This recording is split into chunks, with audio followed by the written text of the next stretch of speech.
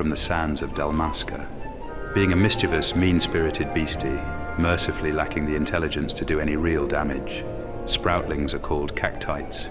A rare strain is notable for its proclivity to sprout a scarlet blossom, that being seldom seen, of the highest value, and considered a sign of miraculous good fortune by sensitive young lovers with a tolerance for needles. XII, the ocean's blight of Ivalice. Deceptively joyful colorations adorn this carnivorous ichthyon of vicious temperament.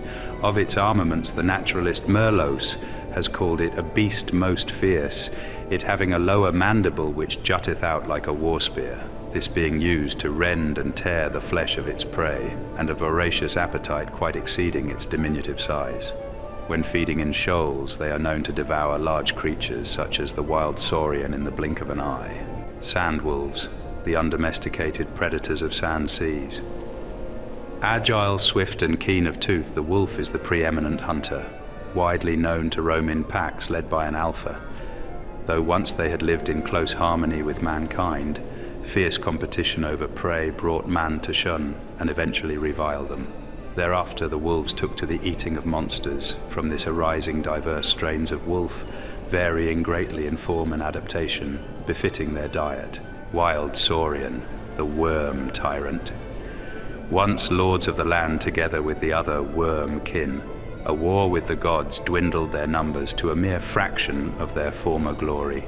This great creature possesses sharp teeth in its sizable maw, by which it catches and rends the flesh of its prey, and a grand tail, the latter being used for balance as it strides upon two powerfully appointed hind legs. Cockatrice, the feathered vermin. Lo, the mighty cockatrice, proud feathered sphere, known as much for its ill humor as its dire rotundity.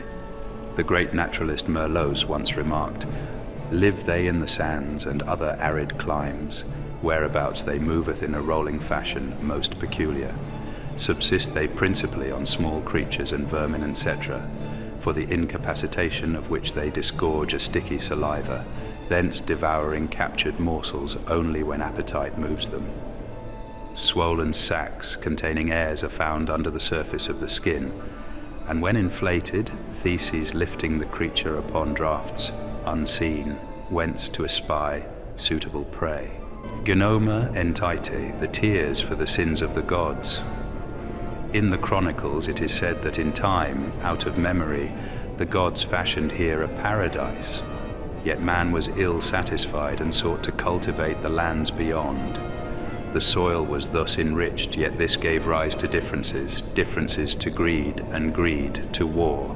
The gods wept and raged and cleft the land, casting men into the gaping abyss. Out of this tumult, the Gnoma Entite was born.